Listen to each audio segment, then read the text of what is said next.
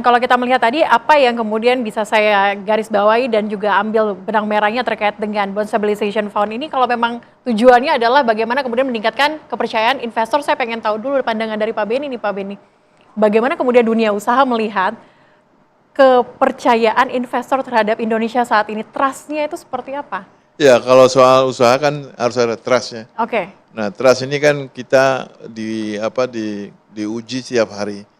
Artinya informasinya kan banyak dan bergelombang, yang mana yang mau kita pegang nih. Yang satu belum selesai udah ada masalah baru lagi.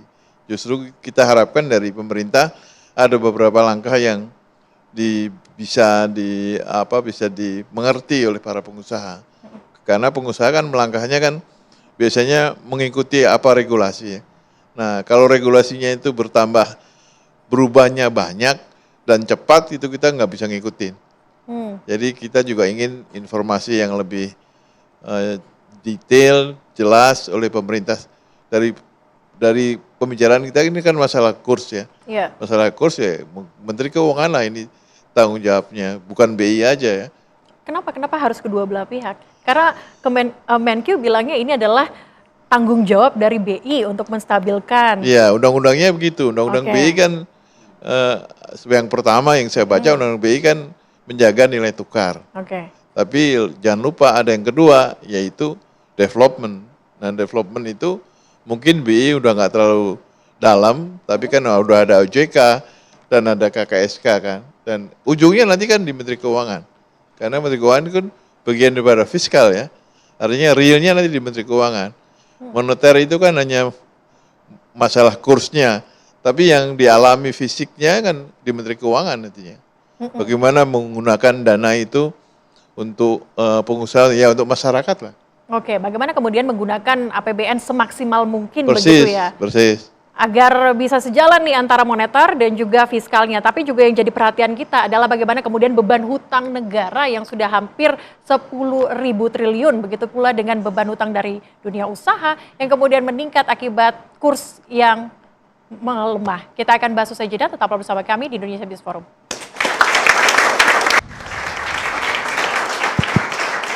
Dengan rupiah yang melemah sampai dengan saat ini di angka 17.494, kita punya beban hutang yang jatuh tempo yang harus dibayarkan pada tahun ini nih. Sebelum saya nanti minta analisa dari ekonom, saya ke Pak Lutfi dulu. Pak Lutfi, Anda sebagai Dewan Ekonomi Nasional, bagaimana kemudian pertimbangan kemudian yang disampaikan kepada pemerintah terkait dengan hutang kita yang hampir 10.000 atau bisa kita katakan 9.920 triliun rupiah? Baik, terima kasih. Jadi untuk menganalisa utang ini memang diperlukan alat tambahan. Kita kalau menganalisanya pakai nominal memang kayak kesannya luar biasa besar. Okay. Tapi sebetulnya itu semua jadi lebih enak dilihat dan dibaca kalau kita pakai rasio. Nah, jadi kalau kita buat rasio nih utang luar negeri Indonesia terhadap PDB itu baru 29%, sekitar 30% lah kurang lebih ya. Itu masih kecil sekali. Rasio utang luar negeri Indonesia terhadap PDB itu 30%.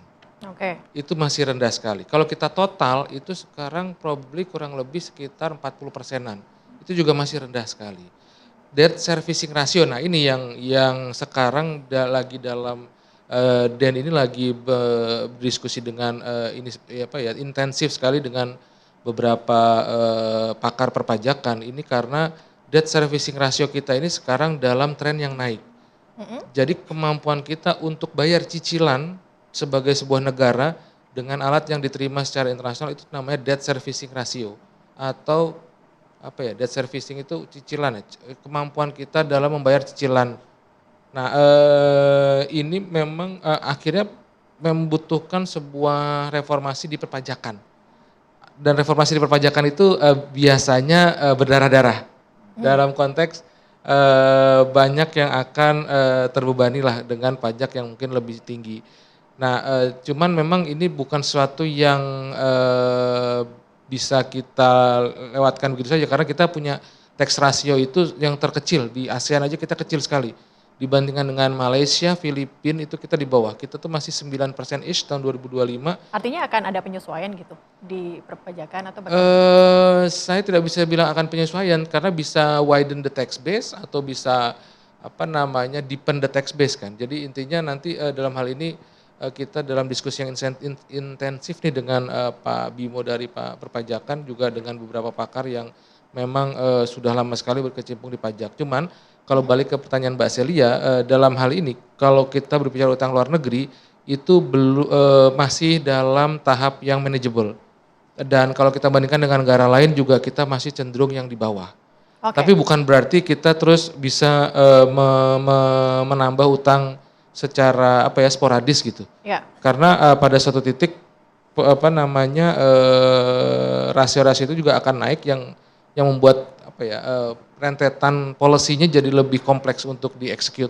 Oke, saya ke Pak Kiki. Pak Kiki dikatakan bahwa ini masih manageable, kemudian juga rasionya masih 30%, masih di bawah dari batas yang ditentukan sekitar 60%. Menurut Anda bagaimana? Iya, jadi gini, ada ketentuan namanya Stability and Growth Pact. Oke. Ketentuan ini adalah menjaga kestabilan fiskal dari dua indikator. Satu namanya annual budget deficit, konsepnya flow. Yang satu lagi namanya public debt per GDP, konsepnya stock. Nah kalau annual budget deficit itu dia 3% per GDP. Ini standarnya Uni Eropa yang kita pakai di Undang-Undang Keuangan Negara kita. Jadi nggak boleh lebih dari 3% GDP ya defisitnya. Jadi kalau di kita itu mungkin sekitar 700-800 triliun gitu ya.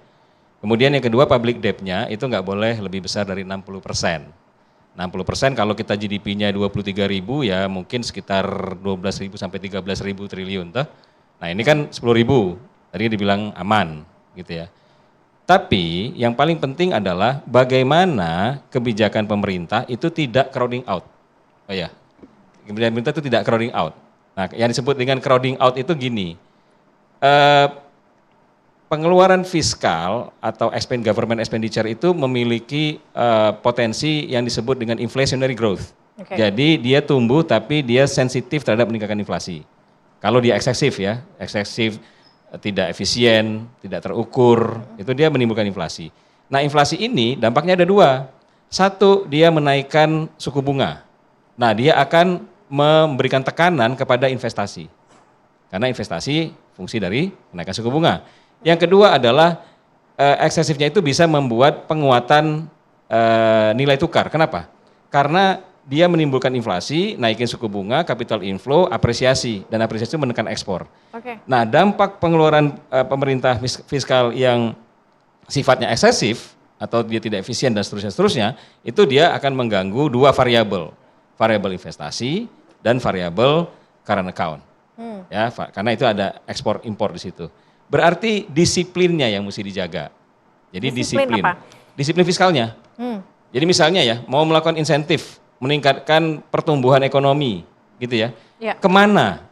Ya, sektor apa dan seterusnya. Tapi saya mau ngaitkan dengan diskusi ini. Diskusi ini kan soal dolar. Ya. Sesuatu yang tidak boleh dicetak oleh negara lain kecuali oleh Amerika Serikat. Ya toh? Nah, berarti gimana caranya kita mencetak dolar ini kan? Sederhananya ekonomi itu mencetak dolar itu begini, investasi plus current account. Tadi yang saya katakan itu, jangan sampai crowding out di situ. Jadi kebijakan pemerintah dijaga, enggak crowding out ke investasi dan current account. Yang kedua, bagaimana mengaitkan investasi dan current account? Current account itu apa sih? Ekspor impor. Bagaimana mengaitkannya dengan investasi? Sebesar-besarnya investasi itu harus menghasilkan dolar, sederhananya segitu. Karena dolar nggak bisa kita cetak. Nah, nanti baru dilihat bagaimana misalnya kontribusi individual, ya remittance namanya. Ya. Kemudian yang ketiga, bagaimana kontribusi dari consumption abroad, itu tourism. Ya. Kemudian bagaimana dengan commercial presence, itu prinsip-prinsip di dalam WTO ya. Commercial presence itu investasi. Bagaimana misalnya Pak Beni dan teman-teman, dan terutama yang dari luar, kemudian joint venture menghasilkan dolar, itu misalnya ya, ekspor seterusnya, itu nyaman ada di Indonesia. Oke. Nah regulasinya atau apapun yang dibikin harus mengarah ke sini. Mengaitkan antara FDI, foreign direct investment, dengan current account. Nah itu yang harus menjadi fokus. Setelah itu kita akan dapat dolar.